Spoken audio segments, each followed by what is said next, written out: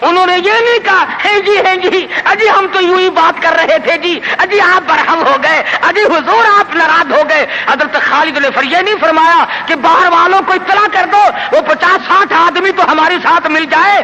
دو ساتھیوں کو فرمایا اب ایک دوسرے کی طرف مت دیکھنا، تلوار نکال لو، انشاءاللہ حوض کوثر پہ ملاقات ہوگی۔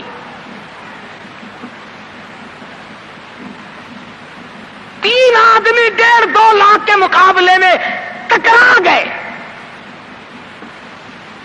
یہ نہ سوچا کہ ہوگا کیا۔ حضرت خالد بن ولید رضی اللہ تعالیٰ عنہ اور 2 ساتھی اور تمام کافروں کی فوج میں گھر گئے،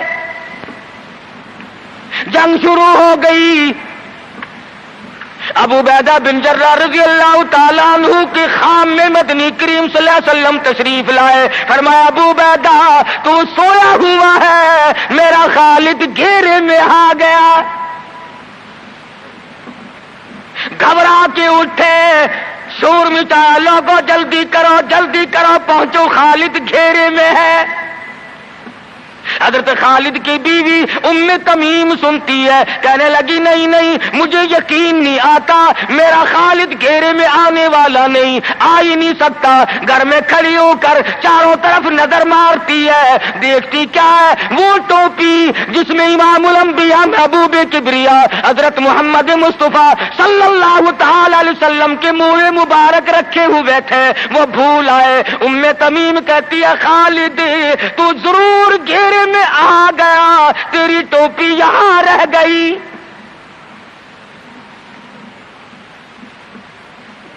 ام تمیم نے ٹوپی لے کر کے شور نہیں مچایا، کپڑے نہیں پھاڑے، چہرہ نہیں نوچا، ابو عبیدہ کے پاس نہیں آئی، بغل میں ٹوپی دبائی، برقع اوڑھا، گھوڑے پہ سوار ہوئی، تلوار لے کر گھوڑے کو سر پٹ چھوڑ دیا۔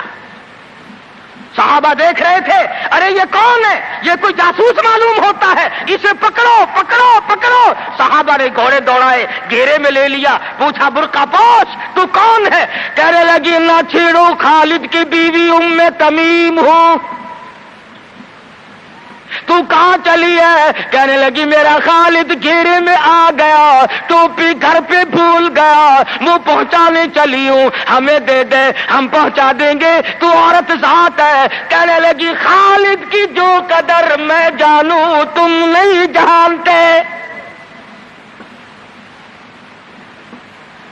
جان دے دوں گی مگر ٹوپی کسی کو نہ دوں گی۔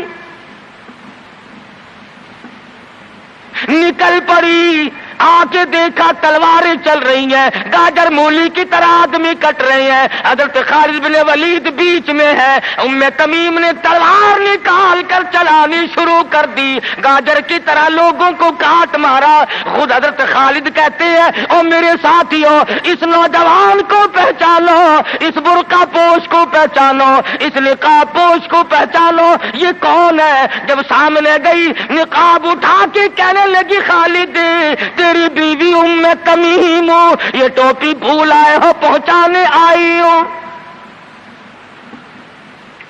اور کراچی کے مسلمانوں تم نے کبھی سوچا نہیں خالد کے سر پہ نبی کی ٹوپی نہیں، جس میں نبی کے بال رکھے ہوئے تھے، وہ گھیرے میں آ گئے۔ آج تیرے پاس قرآن نہیں، تو گھیرے میں ہے۔ وہ ٹوپی گھر پہ بھول آیا تھا، تو قرآن کو مسجد میں قید کر کے آیا، آج تو کفر کے لرزے میں پھنسا ہوا ہے، تو گھیرے میں ہے، تجھے کوئی نہیں نکال سکتا اللہ کے قرآن کے سوا۔ تم کتنی عسکری طاقت بڑھاؤ، تم تعداد بڑھا لو، تم چھوٹے بڑے زور لگاؤ، کتنی تم کوشش کرو، خدا کی قسم جب تک تم اللہ کا قرآن لے کر کے نہیں بیٹھتے اس وقت تک تمہارا گھیرا نہیں ٹوٹ سکتا۔ تم نے اللہ کے قرآن کو مسجد میں قید کر دیا،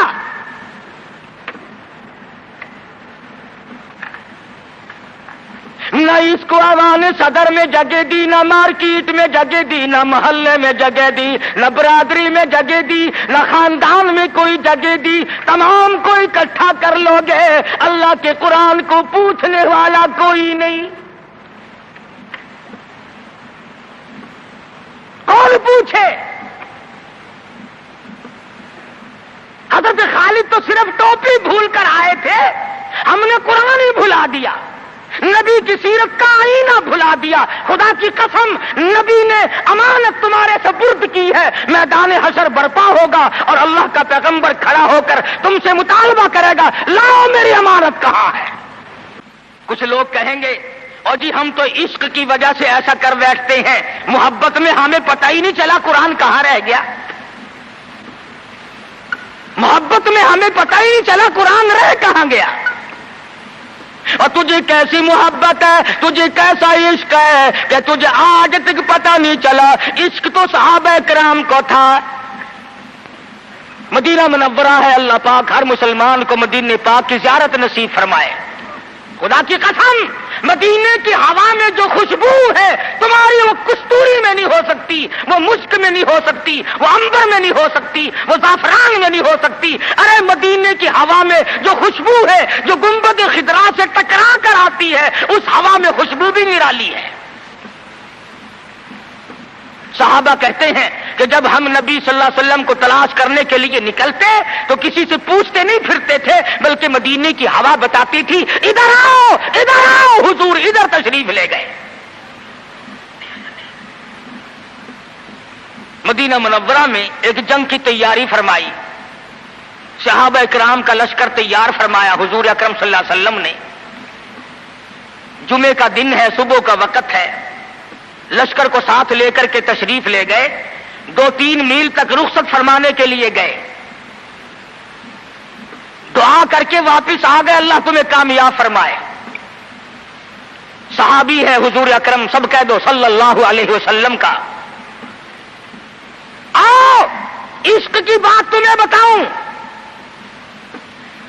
حضور اکرم صلی اللہ علیہ وسلم نے روانگی کے وقت فرما دیا, توجہ کرنا, لشکر کو رخصت کرتے وقت فرما دیا, اور میرے دیوانوں اور پروانوں اور میرے جانثاروں بات سنو. پہلے جھنڈا جعفر طیار رضی اللہ تعالیٰ عنہ کے ہاتھ میں دینا, پھر جھنڈا عبداللہ ابن روا کے ہاتھ میں دینا, پھر جھنڈا اسامہ بن زید کے ہاتھ میں دینا. حضور کے کلام کی مراد کو اگر صحابہ نہیں جانتے تو کون جانتا ہے؟ سمجھ گئے صحابہ کہ جعفر طیار شہید ہوں گے. یہ جو حضور نے فرمایا پھر اس کو دینا پھر اس کو دینا, حضور صلی اللہ علیہ وسلم کے کلام کی, فرمان کی, ارشاد کی مراد اور منشا غرض و غائب صحابہ سمجھ گئے کہ جعفر طیار شہید ہوں گے, اور پھر عبداللہ بن روا بھی شہید ہوں گے, اور اسامہ بن زید بچ کے آئیں گے. صحابہ کا تجربہ تھا حضور کے کلام کو سمجھنے کے لیے.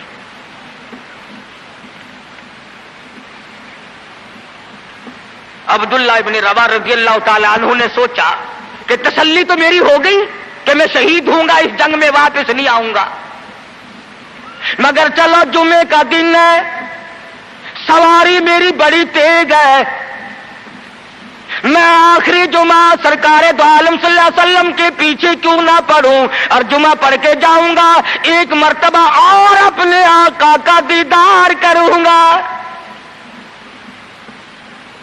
واپس مدینے میں آئے, گھر نہ گئے, بیوی بچوں میں نہ گئے, باغ و بہار میں نہ گئے, فصل باڑی میں نہیں گئے, لوگوں میں نہیں گئے, سیدھے مسجد نبوی میں تشریف لائے. جمعے کی نماز کے بعد مدنی کریم صلی اللہ علیہ وسلم سے سلام کیا. حضور نے فرمایا, عبداللہ میں نے تو تجھے صبح رخصت کیا تھا لشکر کے ساتھ, تجھے صبح روانہ کر دیا تھا, تو چلا گیا تھا فوج کے ساتھ.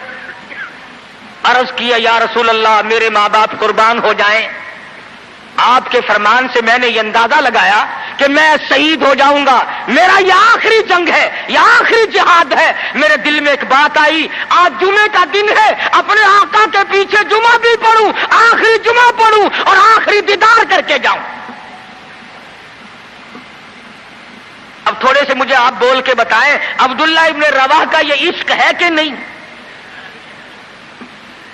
کوئی ڈر کی بات نہیں, کوئی خوف کی بات نہیں, بیوی بچوں کی محبت نے نہیں کھینچا, باغوں کو دیکھنے نہیں گیا, بچوں سے ملاقات کے لیے نہیں گیا. ارے حضور کا عشق ہے, کہتا آخری جمعہ, آخری دیدار, آخری ملاقات. میرے آقا میں اپنے ساتھیوں کو جا ملوں گا، میری سواری بڑی تیز ہے۔ امام الانبیاء محبوب کبریا حضرت محمد مصطفیٰ صلی اللہ علیہ وسلم کا چہرے انور سرخ ہو گیا۔ فرمایا عبداللہ تو ساتھیوں کو نہیں مل سکتا، جب تیرے ساتھی جنت میں جائیں گے 500 سال بعد میں بہشت میں جا سکے گا۔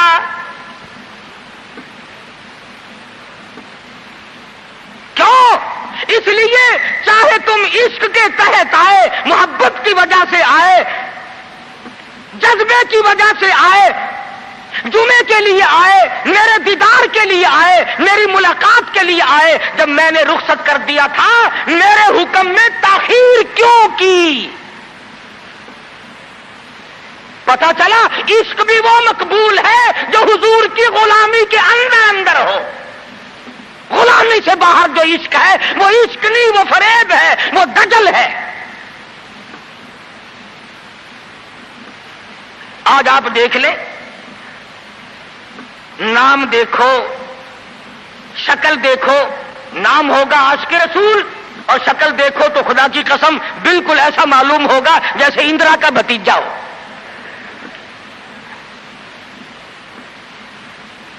پہچان نہیں سکے گا آدمی۔ کیا کر سکتا ہے آدمی شکل میں؟ صورت نہیں، سیرت نہیں، لباس نہیں، اخلاق نہیں، کردار نہیں، تمام چیزوں کا تختہ نکال کے رکھ دیا ہے۔ اور آج قوم اسی وجہ سے مصیبتوں سے دوچار ہے، وہ نرغے میں پھنسی ہوئی ہے، وہ نکل نہیں سکتی، وہ سہارا ڈھونڈ رہی ہے مادی قوت کا۔ حضور ناراض ہو گئے صلی اللہ علیہ وسلم۔ صحابی کہتے ہیں میں چاہتا تھا زمین پھٹ جائے، مجھے لقمہ بنا کر نگل جائے۔ صحابی کہتا ہے مجھے زندگی تلخ لگنے لگی، ہائے میرے آقا مجھ سے ناراض کیوں ہو گئے؟ عبداللہ بن روا تشریف لے گئے، گھر پھر بھی نہیں گئے، بال بچوں میں پھر بھی نہ گئے، اور جا کر کے جہاد میں شریک ہو گئے۔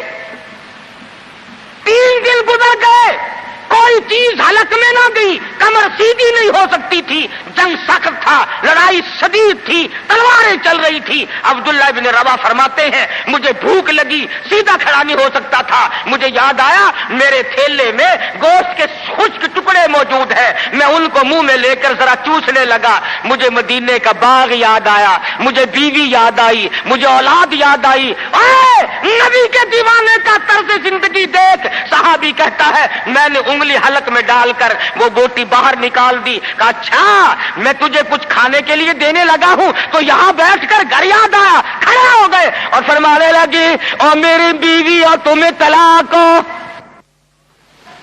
اور میرے باغ بہار جاؤ، اسلام کے لیے وقف ہو تم آج کے بعد میرے نہیں۔ کسی نے پوچھا کیا کہہ رہے ہو؟ فرمایا ہاں ہاں، نقشہ سامنے کیوں آیا؟ آخری وقت میں دنیا کا نقشہ میری آنکھوں میں کیوں کھینچا؟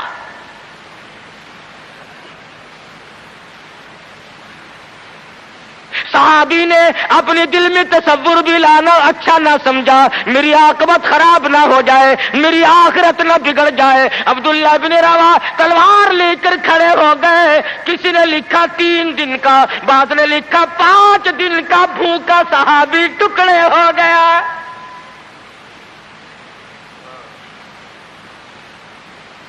یہ تھا عشق جسے عشق کہا جاتا ہے، لیکن حضور کی اندازہ لگاؤ حکم میں تاخیر کی وجہ سے 500 سال بعد کو بہشت میں جا سکے گا، اور جنہوں نے حضور کے احکام کو سرے سے ٹھکرا دیا، سرے سے ماننا ہی نہیں، انکار کر دیا، اب یہ فیصلہ تم کرو، اب یہ فتویٰ تم دو کہ وہ جنت میں کب جائیں گے۔ امام الانبیاء محبوب کبریا حضرت محمد مصطفیٰ صلی اللہ تعالی علیہ وسلم کے دیوانوں نے حد کر دی، پروانوں نے حد کر دی، جس صورت سے بھی ان کو لگایا گیا اسی صورت سے وہ آگے بڑھتے رہے۔ فاروق اعظم کی حکومت ہے، سب کہہ دو رضی اللہ تعالی عنہ۔ مصر کے علاقے میں کافروں نے ایک سازش بنائی، لڑکیوں کو ہارو سنگار کر کے کوٹھے پہ کھڑا کر دیا۔ پروگرام مسلمانوں کو پہلے معلوم ہو گیا کہ مسلمان فوج کے کلچر کو تباہ کرنا چاہتے ہیں، مسلمان کے اخلاق و کردار کو برباد کرنا چاہتے ہیں۔ فاروق اعظم کو خط لکھا، اور راستہ کوئی نہیں فوج کے گزرنے کا، ایک ہی راستہ ہے، اور اس راستے کو خراب کر دیا گیا، اس راستے میں کانٹے بچھا دیے گئے، حسن کی دولت بکھیر دی گئی تاکہ مسلمانوں کا دل خراب ہو۔ ارے یہ کافر کا بھی عقیدہ ہے کہ اگر مسلمان کا پاؤں پھسل گیا پھر یہ جہنم سے ارے نہیں ٹھہرتا۔ فاروق اعظم رضی اللہ تعالیٰ عنہ نے خط کا جواب دیا اور صاف صاف لکھ دیا، کوئی پریشانی کی بات نہیں، ساری فوج کو اکٹھا کر کے قرآن کی آیت سنا دو، ساری فوج کو اکٹھا کر کے قرآن سناؤ۔ چنانچہ کمانڈر نے، سپہ سالار نے فوج کو اکٹھا کیا اور قرآن کریم سنا دیا، وَقُلْ لِلْمُؤْمِنِينَ يَغُضُّوا مِنْ أَبْصَارِكُمْ وَيَحْفَظُوا فُرُوجَكُمْ ذَلِكُمْ أَزْكَىٰ لَكُمْ إِنَّ اللَّهَ خَبِيرٌ بِمَا يَصْنَعُونَ۔ مسلمانوں، اپنی نظروں کی حفاظت کرو، اپنے ایمان کی حفاظت کرو۔ اگر تم کنکھی آنکھوں سے بھی دیکھو گے خدا تمہاری ساتھ ہے، وہ تمہاری تمام حرکتوں کو دیکھتا ہے۔ بس ایک قرآن کی آیت سنائی، سبینہ نہیں ہوا تھا، سارا قرآن نہیں سنایا، ایک آیت سنائی ہے مسلمان فوج کو، اور پھر حکم دیا گزرو اسی علاقے سے جہاں یہ تمام سازش کی گئی ہے۔ صحابہ گزر رہے ہیں، تابعین مسلمان گزر رہے ہیں، تالیاں بجتی ہیں، ڈانس ہوتا ہے، جھنکار ہے، گانا بجانا ہے، تمام مسلمان گزر گئے۔ لڑکیاں کہنے لگی، آئے اور جانے والوں تم سارے اندھے تو نہیں؟ اس حسن کو کوئی تو دیکھو، سر اٹھاتے نہیں۔ ایک مسلمان سپاہی گزرتا گزرتا کہنے لگا، کوئی کیسے دیکھے گا، سارے کے سارے اللہ کا قرآن سن کے آئے ہیں، سارے قرآن پاک سن کے آئے ہیں، یہ دیکھیں گے کیسے؟ لڑکیاں کہنے لگی، وہ قرآن کیسا ہے، اس میں کتنی قوت ہے، اس میں کتنی طاقت ہے، اس میں کتنی استعداد ہے، اس میں کتنی پاور ہے، جو ایسے حسن کے نظارے سے روک دے، جو ایسا حسن نہ دیکھنے دے۔ اور کہنے لگے، اور جانے والوں یوں نہ جاؤ، وہ قرآن کریم ہمیں بھی سناتے جاؤ، سناؤ ہمیں وہ قرآن۔ ایک مسلمان سپاہی چلتا بھی جاتا ہے، قرآن بھی پڑھتا جاتا ہے۔ تاریخ شاہد ہے، عیسائیوں کی بیٹیاں تھی، یہودیوں کی لڑکیاں تھی، کافروں کی بیٹیاں تھی، ارے تڑپ ہو تو تڑپ کر نیچے چھلانگ لگائی، اور جانے والوں چھوڑ کے نہ جاؤ، ہمیں بھی یہ قرآن سناؤ اور ہمیں بھی اللہ کے بندے بناؤ۔ ایک آیت سن کر اتنا عمل کیا، جن کو سازش بنایا تھا وہ تمام لڑکیاں مسلمان ہو کر مجاہدین کے ساتھ ساتھ جاتی ہیں۔ آج سارا قرآن ہمارے سامنے ہے، اور قرآن بھی کیسا، جب کوئی مر جائے قرآن ختم کرنا، بھائی قرآن ختم کرنا، بھلا قرآن شریف کوئی 2-3 ورقوں کا جو ختم کرنا ہے، 4-5 آدمی بیٹھ جاتے ہیں، ورق گردانی کی، پلٹ دی الٹ دی، پلٹ دی الٹ دی، جب اندازہ ہوا نا کہ کھانا تیار ہو گیا، انہوں نے کہا صاحب قرآن بھی ختم ہو گیا ہے۔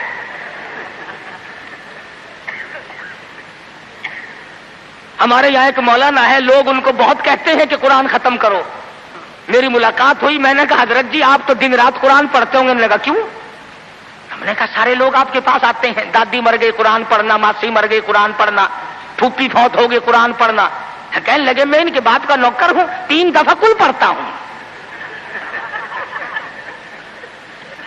بڑی بات کی اس نے کہ دکان یہ سنبھالے، مکان یہ سنبھالے، کار ان کی، بینک بیلنس ان کا، تمام چیزیں ان کی، ساری رات بیٹھ کر قرآن میں پڑھوں کیوں؟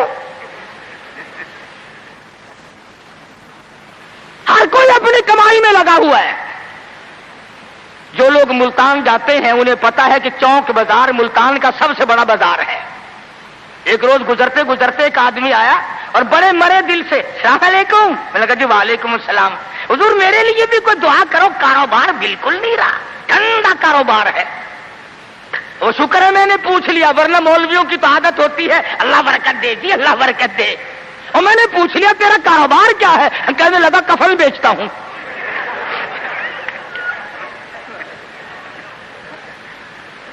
اور بدبخت میں نے کہا کاروبار بدل لے, لوگ مرے تو تیرا دھندا چلے. اس لیے لوگوں کو کہا کرتا ہوں کہ مولویوں کو شادیوں میں دیا کرو تاکہ یہ دعا کرے یا اللہ ایک ایک کی 4 شادیاں ہوں. اب مرے بغیر تم رسید نہیں دیتے, جب تک مرو گے نہیں مولوی کا گھر میں داخلہ تن. کیا کرے مولوی بیچارہ, کدھر جائے؟ سب کی بات یہ ہے. ایک دوست کے جنازے کے ساتھ قبرستان گیا, وہ قبر کھودنے والے بھی پہچانتے ہیں. السلام علیکم. وعلیکم السلام. کیا حال ہے بھائی؟ لگا حال کیا ہے, آج 5ویں دن ایک مردہ لے کے آئے ہو, کم سے کم ہمارے لیے بھی دعا کر, ایک مردہ تو روز کہا جایا کرے. عقل کرو. شادی میں تو قرآن کو جگہ نہیں دیتا, بنگلے میں, کوٹھی میں, فلیٹ میں, کاروبار میں, دکان میں خدا کے قرآن کو جگہ نہیں دیتا. خدا کی قسم ارشاد فرمایا مدنی کریم صلی اللہ علیہ وسلم نے, جو لوگ قرآن پاک کی تلاوت کرتے ہوئے مر جائے اپنی قبر سے قرآن پڑھتا ہوا اٹھے گا, اس کے منہ سے کستوری کی خوشبو آ رہی ہوگی. اہل محشر کہیں گے الہی یہ کون لوگ ہیں؟ قیامت کا دن ہے, سخت دن ہے, بڑی پریشانی کا دن ہے, لوگ اپنے پسینوں میں غرق ہیں, اس کے یہاں سے خوشبو آ رہی ہے, یہ کون ہے؟ جواب ملے گا تو گالی بکتا مرا تھا, تو گانے گاتا ہوا مرا, تو گیت سنتے ہوئے مرا, تیرے دماغ میں کنجری بسی ہوئی تھی, تیرے دل میں بدماش عورت بسی ہوئی تھی جب تو مرا, اور یہ وہ ہے جب موت آئی تو میرا قرآن پڑھ رہا تھا. آج بھی قرآن پڑھتا ہوا اٹھا ہے. اس لیے اس کے منہ سے برکت, قرآن کی برکت سے خوشبو آتی ہے. تم نے برکتوں کو جانتے, یہ بسوں میں دیکھو, ٹیکسیوں میں دیکھو, عقیدہ دیکھ, ایڈی تصویر لٹکی ہوئی ہے, یہ کس کی ہے؟ فلانے بابا کی ہے, سیون شریف والے بابا کی ہے, پاک پٹن والے. اور یہ بابے تھے یا بابن تھی, یہ عورتیں تھوڑی تھی. کچھ تو عقل کر, اللہ والوں کی توہین کرتے ہو. تیری موٹر کو, کار کو, ویگن کو, بس کو یہ بابا بچائے گا, خدا نہیں بچا سکتا. اسی لیے دھکے کھا رہے ہو کہ تمہارا خدا ریٹائر ہو گیا. اور جب خدا کا دروازہ آدمی چھوڑتا ہے اس کی عقل ماری جاتی ہے, اسے پتہ ہی نہیں چلتا کہ عورت کا معاملہ ہے یا مرد کا معاملہ ہے. میں عرض کر رہا تھا کہ مسلمان اگر نبی کی سیرت کو سنتا ہے یا جانتا ہے اور مانتا ہے تو کوئی وجہ نہیں کہ مسلمان کو کچھ زیر کر سکے. وہی خالد بن ولید ہیں سب قید رضی اللہ تعالی عنہ. ایک دوسرا موقع آیا, کافر اپنی فوج کو لے کے آیا, بہت بڑا لشکر ہے, بہت بڑا لشکر ہے. کہنے لگا خالد چلا جا, بھاگ جا, ورنہ بوٹیاں اڑا دی جائیں گی تیری. کہنے لگا ہاں ہاں, تیرے جیسے کئی دیکھے بوٹیاں اڑانے والے, کیا بات ہے؟ اس نے کہا خالد میں وہ زہر لے کے آیا ہوں کہ اگر تلوار بجھا کر کے مار دی تو ٹکڑے ٹکڑے ہو جائے گا, بھسم ہو جائے گا, جل کر خاک ہو جائے گا. فرمایا کوئی بات نہیں, وہ زہر مجھے دکھا. وہ کافر نے, عیسائی سردار نے وہ شیشی نکال کر حضرت خالد کے حوالے کر دی. حضرت خالد نے اللہ کا نام لیا اور لے کر اتنا سخت قسم کا زہر جس میں نامعلوم کیا کیا چیز ڈالی ہوئی تھی, 2 قطرے زمین پہ ٹپکائے, زمین میں آگ لگ اٹھی, زمین میں آگ لگ گئی. خالد کا ایمان دیکھو، نبی کے دیوانے کا ایمان دیکھو، اور نبی کا صحابی ہے، نبی کا جانثار ہے، نبی کا غلام ہے. ہاتھ سے شیشی لی اور بسم اللہ کر کے تمام شیشی کو پی کر خالد سامنے کھڑے ہیں. فرمانے لگے دیکھ تیرے سامنے آرام سے کھڑا ہوں. کہنے لگا کہ تم تو کچھ بھی نہیں، تمہیں تو یہ زہر کچھ نہیں کہتا، تم کیا کھاتے ہو، تم کیا پیتے ہو، تمہارا کیا مطلب ہے، اور جاؤ اپنے خیمے میں تمہارے پاس آؤں گا. عیسائی سردار گیا، خالد کو کہنے لگا وہ کشتہ کھلا، وہ دوا پلا جس کو زہر کچھ نہ کہے، تلواریں نہ ڈرائیں، تیر نہ ڈرائیں، مرنے سے نہ ڈرے. فرمایا غسل کر، غسل کیا. فرمایا لا الہ الا اللہ محمد الرسول اللہ صلی اللہ علیہ وسلم. کلمہ پڑھایا. عیسائی کلمہ پڑھ کے کہنے لگا خدا کی قسم اب وہی جذبہ، وہی ہمت، وہ قوت میرے اندر آ گئی. تم ٹھہرو، اب اس ساری فوج سے میں اکیلا ٹکراؤں گا. چنانچہ وہ ٹکرا گیا اور شہید ہو گیا. تو ایسی صورت میں جبکہ عقائد کا میدان ہمارا یہ ہو اور عمل کا میدان ہمارا یہ ہو اور کردار کی صورت یہ ہو تو بات کیسے بنے؟ اللہ میاں جانتا تھا کہ نبی کی آمد کی خوشی میں نامعلوم ناچیں گے، ڈانس کریں گے، ڈھول بجائیں گے، کیا کیا خرافات کریں گے. اللہ میاں نے اسی دن میں حضور کی وفات رکھ دی. فرمایا اگر خوشی آئے اچھلو مت، غم آئے تو تباہ نہ ہو جاؤ. وہی دن خوشی کا اور وہی دن غمی کا. تجھے غم کا کیا پتا؟ تیرا بیٹا مر جائے تجھے غم کا پتا، تیری بیگم مر جائے تجھے غم کا پتا، تیرا جوان کریل بھائی مر جائے تجھے غم کا پتا. تو نے ماں کا صدمہ دیکھا ہوگا، تم نے ماں باپ کا صدمہ دیکھا ہوگا، تم نے بیٹے کی موت کا صدمہ دیکھا ہوگا. خدا کی قسم جاؤ بلال سے جا کے پوچھو جب حضور رخصت ہوئے تیرا کیا حال بنا تھا. تو کیا جانے کہ صحابہ کرام پہ اس دن کیا بیتی. حجۃ الوداع کے زمانے سے لے کر 12 ربیع الاول تک محمد مدنی صلی اللہ علیہ وسلم بیمار رہے. اگر اتنے دنوں آج کوئی بیمار پڑ جائے، مولویوں سے موت کی دعا کرانے لوگ مسجدوں میں پہنچ جاتے ہیں، اجی ذرا دعا کر دینا یا ادھر ہو یا ادھر ہو. بلکہ وہ ایک بات سنی تھی کہ ایک آدمی کا والد بیمار تھا، اس کا بیٹا مردہ نہانے والے کے پاس گیا. اس نے کہا ذرا چلو ابا جی کو غسل دینا ہے کہ بھائی کب فوت ہوا. انہوں نے کہا جی آپ جائیں گے، پانی گرم کریں گے، کفن تیار کریں گے، انشاءاللہ اتنا مریض آئیں گے اور کیا ہے. پیش کی تیاری ہوتی ہے. یہ صحابہ تھے جنہوں نے جان کے قیمے بنوا کر کے حضور اکرم صلی اللہ علیہ وسلم کا دیدار کیا تھا. ان کی نظروں کے سامنے ان کے بچوں کو نیزوں کی نوک میں لٹکا کر تڑپا کر مارا گیا، مگر کسی صحابی نے ایمان کا دامن نہ چھوڑا. آخری وقت ہے مرض الموت. ازواج مطہرات رضی اللہ تعالیٰ عنہن اجمعین کو جمع فرمایا. فرمایا اے ام حبیبہ، اے زینب، اے حفصہ، تمام کی تمام بخوشی اجازت دو میں اپنی بیماری کے دل ایسا صدیقہ کے حجرے میں گزار لوں. وہ کس طریقے سے اجازت مانگتے ہیں. ہمارے یہاں تو ساری زندگی اجازت کا سوال ہی پیدا نہیں ہوتا. گویا بیماری کے دن بھی گزارنے تھے اور ایسا صدیقہ کے حجرے کو قیامت تک کے لیے بہت بڑا مقام دینا تھا. بنیاد پڑ رہی ہے گنبد خضرا کی. سیدہ عائشہ صدیقہ رضی اللہ تعالی عنہا فرماتی ہیں آخری وقت تھا،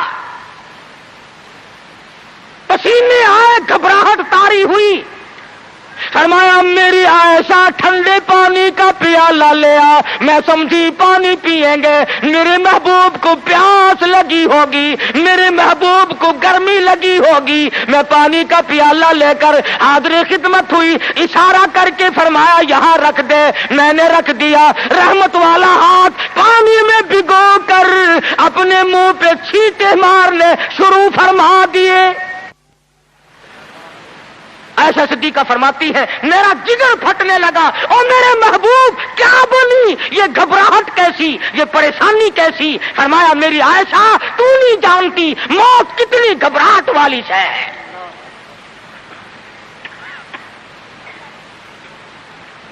آخری وقت ہے، سیدہ فاطمۃ الزہرا رضی اللہ تعالی عنہا بھی پاس بیٹھی ہیں، سیدہ عائشہ صدیقہ رضی اللہ تعالی عنہا بھی پاس بیٹھی ہیں۔ ارے گالی دینا بڑا آسان ہے، عائشہ صدیقہ سے جا کے پوچھ کہ اس دن تیرا کیا حال بنا جب امام الانبیاء رخصت ہوئے تھے۔ صحابہ دیوانے ہو گئے، صحابہ جنگلوں کو نکل گئے، اور فاروق جیسے کہنے لگے جو کہے گا حضور کی وفات ہو گئی کہ تلوار سے گردن اڑا دوں گا۔ بلال کا کیا بنا، سہیل کا کیا بنا، سلمان فارسی کا کیا بنا؟ ارے جن بچوں کے سر پہ یتیمی کی وجہ سے ہاتھ پھیرا کرتے تھے وہ بچے روئے، مدینے کی عورتیں روئی، مدینے کے بیمار روئے، آج ہم یتیم ہو گئے۔ تو 12 ربیع الاول مدنی کریم صلی اللہ علیہ وسلم کی وفات کا دن ہے، حضور کی رخصتی کا دن ہے، اور خداوند عالم نے اس لیے یہ دن رکھا کہ لوگ اچھلنا نہ شروع کر دیں، لوگ بے حد متاثر نہ ہو جائیں، اس لیے یہ وہ غم ہے کہ مسلمان کے اندر سے تو نکلنا ہی نہیں چاہیے۔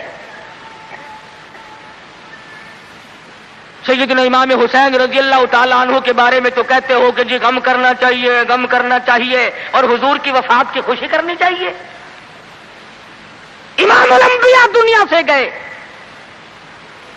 تیرا نبی سے اگر تعلق ہوتا، تجھے نبی سے محبت ہوتی، انس ہوتا، خدا کی قسم اس دن تو رونے کا دن تھا۔ اس لیے سیرت نے تمام چیزیں ہمیں بتلائیں، اور ساری چیز ہمارے سامنے آ گئی۔ جن لوگوں نے کھیل بنایا، تماشا بنایا دین کو، نبی کی سیرت کو، کیا ہے وہ لوگ؟ ہمیں ان لوگوں کی کوئی پرواہ نہیں۔ خدا کی قسم یہ لوگ تھے جنہوں نے گنبد خضرا پہ بیٹھ کر ایک ایک چھٹاک مصری کی دال کا پانی 11 آدمیوں نے پی کر کے زندگی گزاری۔ نبی کے روزے پہ بیٹھ کر حدیث کا درس ہم نے دیا، نبی کی مسجد کی امامت ہم نے کی، نبی کے شہر کی گورنری ہم نے کی، نبی کی گلیوں میں جھاڑو ہم نے دی، نبی کے شہر کے دفن کو ہم نے تسلیم کیا۔ ہم دعائیں کرتے ہیں، جاؤ شیخ الحدیث مقدس الروح کو دیکھو، 20 برس گزر گئے، آج تک گنبد خضرا کے پڑوس میں دفن ہونے کے لیے منتظر بیٹھے ہیں۔ نعرہ تکبیر، اکابرین علماء دیوبند، قاری فتح محمد صاحب جیسا مقدس الروح نابینا بزرگ حضور کے دروازے پہ پڑا ہے، یہاں دفن ہوں گا، یہاں آقا کے قدموں میں جان دوں گا۔ تو یہی کلی کھڑکاتا پھرتا رہی ہو، بڑا عاشق ہے نا؟ یہ برکت نہیں جانتے، اور یہ برکت نہیں، یہ حرکت ہے۔ ہم تو اس کپڑے کا اکرام کرتے ہیں۔ خدا کی قسم میں اب جب جشن پہ گیا، 100 سالہ اجلاس پہ گیا، میں نے عرض کیا یارو اس رومال کو ہاتھ لگوا دو، کہنے لگے جی رس بڑا ہے ورنہ ضرور دکھاتے، اور سننے کی ڈبیا میں رکھا ہوا ہے وہ رومال جس رومال کو میرے آقا کا چوگا مبارک لگا ہے، خزانے میں رکھا ہے۔ ہمارے پاس خزانہ وہ رومال ہے، وہ قندیل ہے خداوند عالم کے محبوب کا جس میں چوگا رکھا ہوا تھا۔ ہم تو اس رومال کی حفاظت کرتے ہیں، اس قرآن کی حفاظت کرتے ہیں، اس سنت کی حفاظت کرتے ہیں جو صحابہ کرام نے ہم تک پہنچائی۔ اللہ پاک مجھے اور آپ کو عمل کی توفیق عطا فرمائے۔ وآخر دعوانا ان الحمدللہ رب العالمین۔